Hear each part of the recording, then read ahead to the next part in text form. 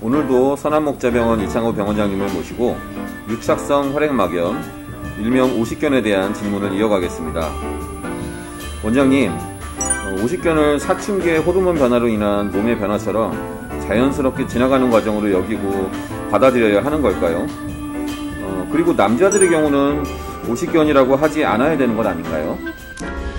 남자분들에게도 일부에서는 가능성이 있습니다.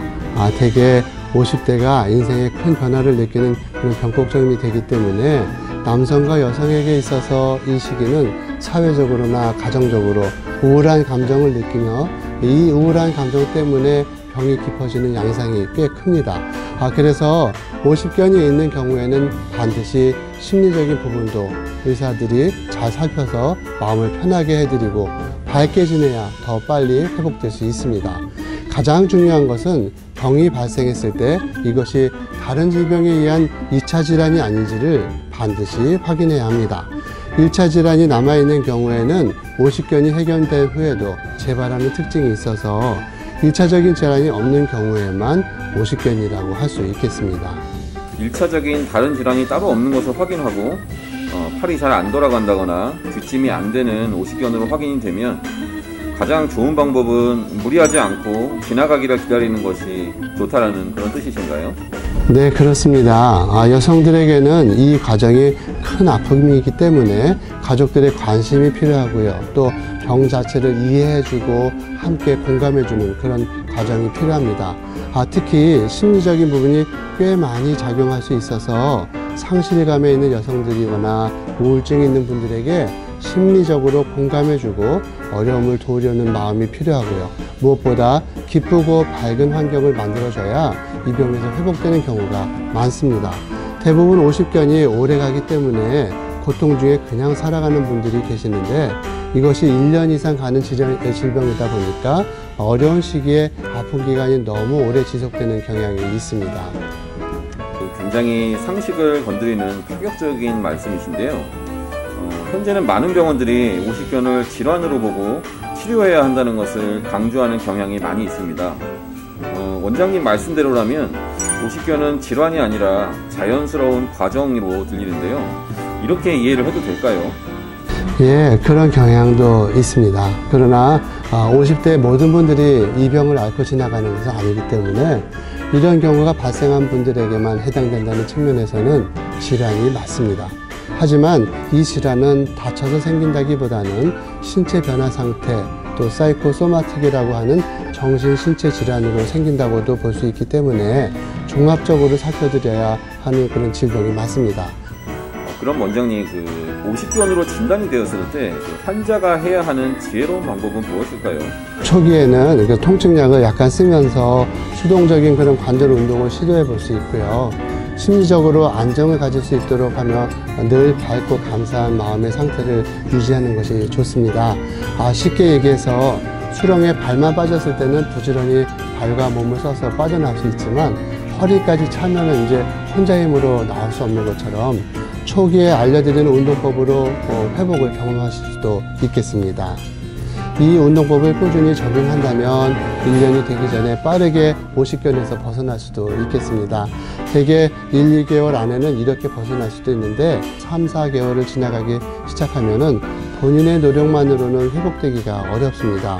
이때에는 병원에서 도움을 받으시는 것이 좋습니다.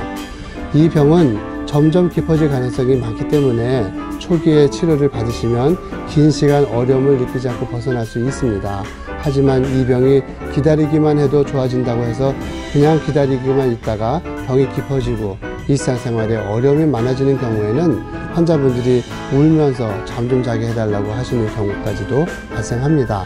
이 경우는 약이나 주사만으로 좋아지기 어려우므로 환자분의 상태를 의사가 정확하게 파악하고 치료를 해드려야만 회복이 가능합니다.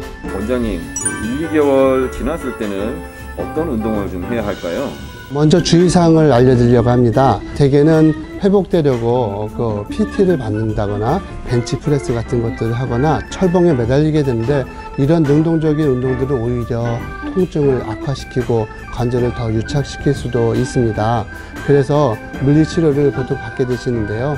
집에서도 어깨를 좀 따뜻하게 하시고 부드럽게 풀어주는 수동적인 운동을 해야 합니다. 제가 보여드리는 그런 운동을 따라서 하시고 노력하시면 대개는 좋아집니다.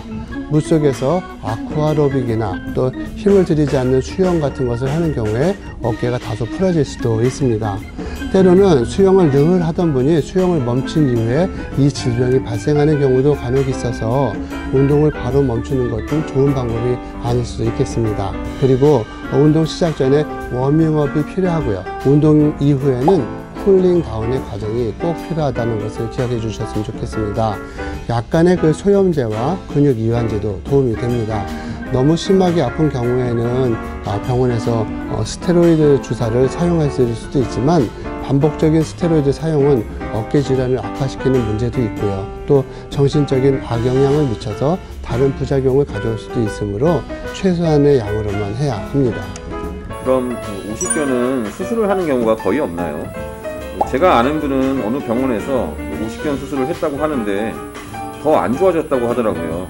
말씀드린 것처럼 단순히 오십견만 있는 경우에는 수술이 필요하지 않은 경우가 많습니다. 그러나 환자분들이 두려워하고 관절 안쪽에 심하게 유착이 되어 있는 경우에는 시술 과정에 다른 조직들을 손상시키거나 또 찢어질 수도 있기 때문에 관절경으로 들여다보면서 유착 부위를 이렇게 떼어주는 그런 관절경을 하는 경우들이 많이 있습니다. 그것은 진료하는 분들, 의사들이 환자분의 상태를 보고 결정하는 것이어서 둘 다 맞다고 할 수 있습니다. 마취를 해야 되기 때문에 관절경을 하면서 대개는 그 동반된 다른 질병들을 치료하면서 오십견을 풀어드리게 되는데요. 이것이 안전한 방법 중에 하나입니다. 그러나 많은 경우 이렇게 수술까지 가지 않고 좋아질 수 있는 방법들이 있어서 꼭 수술을 권하지는 않습니다. 말씀드린 것처럼 2차적으로 발생한 유착성 활액막염은 1차적인 질환을 반드시 먼저 치료해야 되기 때문에 관절경을 해야 하는 것이죠. 이것은 다른 질병이 있는 것 때문에 수술을 하는 것이지 오십견 때문에 하는 것은 아닙니다. 다른 1차적인 원인이 있어서 그것으로 인해서 발생된 오십견의 경우에는 수술이 필요하겠습니다. 그럼 유착성 활액막염에 대해서 추가로 덧붙여서 말씀해 주실 부분이 있을까요? 중요한 것은 이 질병에 대해서 잘 이해하고 있어야 한다는 것입니다. 대개는 잘 이해하지 못하고 2차적인 유착성 활액막염을 오십견으로 오해하는 경우가 많습니다. 이런 경우 병을 오히려 악화시킬 수도 있습니다. 60대에서 80대인 분들께 이런 유착성 활액막염이 일어나는 것을 단순히 오십견으로 생각하고 치료하는 경우에 그런 일들이 발생할 수 있습니다. 모든 치료는 치료 방법보다도 정확한 진단이 매우 중요하기 때문에 가까운 곳에 있는 병원의 정형외과 전문의를 방문하셔서 자세히 진찰을 받아보시고 치료를 받으셔야 합니다. 잘못된 진단으로 치료 결과에 큰 차이가 생길 수 있다는 것을 꼭 당부드리고 싶습니다. 오늘은 오십견의 경우에 어떤 운동을 해야 하는지, 또 어떤 치료와 수술이 가능한지 말씀을 들을 수 있었습니다. 오늘의 이야기가 여러분에게 도움이 되셨다면 구독과 좋아요, 알림 설정을 해주시기 바랍니다. 감사합니다. 감사합니다.